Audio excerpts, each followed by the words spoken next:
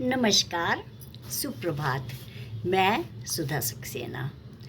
आज विज्ञान के युग में भौतिक इच्छाएं बढ़ने के कारण, भौतिक कामनाएं होने के कारण हम सब भौतिकता में निरंतर लिप्त हैं और लिप्त होने के बावजूद हमारी मानसिक खामियां, मानसिक कमियां बढ़ती जा रही हैं। आवश्यक है कि हम उन मानसिक कमियों को समझें और उसके खिलाफ बराबर प्रयत्नशील रहें, उन्हें हटाते रहें। आइए आज इसी विषय पर चर्चा करते हैं कि भौतिक दुनिया और मानसिक खामियों के खिलाफ लड़ाई जारी है।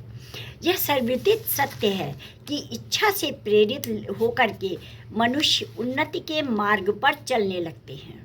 मनुष्य के अतीत पर यदि दृष्टि डालें तो हम पाते हैं कि अपनी यात्रा के आरंभ में वह अपनी प्रगति में बाधा डालने वाली सैकड़ों व्यक्तिगत और सामाजिक खामियों का पता लगाते हैं और पोषित लक्ष्य तक पहुंचने के लिए उन खामियों को दूर करने का संकल्प भी लेते हैं।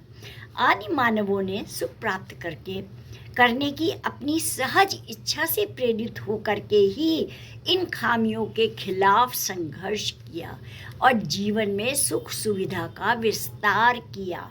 हालांकि प्राप्ति करने के पश्चात कोई व्यवस्थित तरीका नहीं होने के कारण वह एक तरह से विकलांग ही थे। और आप भी यह महसूस करते होंगे कि अत्यधिक विज्ञान की प्रगति के बाद हम असंतुष्ट ही हैं। जीवन में कुछ न कुछ कमियां बराबर बनी ही रहती हैं। मानव अस्तित्व त्रिपक्षीय है। मानव अस्तित्व त्रिपक्षीय माने कि 3 पक्ष वाला है। कौन कौन से हैं?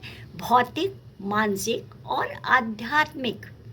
अपनी यात्रा के आरंभिक चरण में सुदूर अंधेरे के युग में मानव ने अकेले भौतिक और मानसिक क्षेत्रों में प्रगति की थी, पर आध्यात्मिक दुनिया में प्रवेश करने की कुंजी न होने के कारण तब वह आध्यात्मिक रूप से आगे बढ़ने में असमर्थ थे। मानव संरचना में रूपात्मक परिवर्तन अभी भी हो रहे हैं और मस्तिष्क में भी होंगे। निश्चित ही है कि अगर बहुत रूपात्मक परिवर्तन हो रहे हैं तो वो मानसिक परिवर्तन के कारण ही है। मनुष्य भविष्य में ऐसे उल्लेखनीय परिवर्तनों से गुजरेगा जो आज के लोगों के लिए लगभग अपरिचित होगा। जैसे कि आज जो हम लोग जिस विकसित देश में या विकसित समाज में रह रहे हैं, जो हमारे पूर्वज हैं वो इससे अभिज्ञ थे। उन्हें नहीं पता था कि ये सुविधाएं भी हमें मिल जाएंगी। हम वह नहीं कह सकते कि उन प्रारंभिक मनुष्यों ने कोई महत्वपूर्ण आध्यात्मिक प्रगति की थी। हालांकि उन्नति जो भी की वह किसी भी तरह से महत्वहीन नहीं थी। क्यों महत्वहीन नहीं थी? क्योंकि सीढ़ी हम एक एक ही चढ़ते हैं। हमारे पूर्वजों ने जो कार्य किए थे उन्हीं कार्यों को आधार बना करके आज हम इस सुख सुविधा पर पहुँचे हैं। इसलिए कभी भी पूर्वजों के अनुभवों को, पूर्वजों के कार्यों को हम नकार नहीं सकते। उनका सहयोग हमें लेना ही पड़ता है और लेना भी चाहिए, क्योंकि बहुत सी सफलताएं और असफलताएं हमें नई चुनौतियां और नई सीख देती हैं जो हमारे जीवन को आगे बढ़ाती हैं। और भले ही जो पुराने कार्य हुए थे उसका आज कोई महत्व नहीं है, लेकिन आधार तो है ही।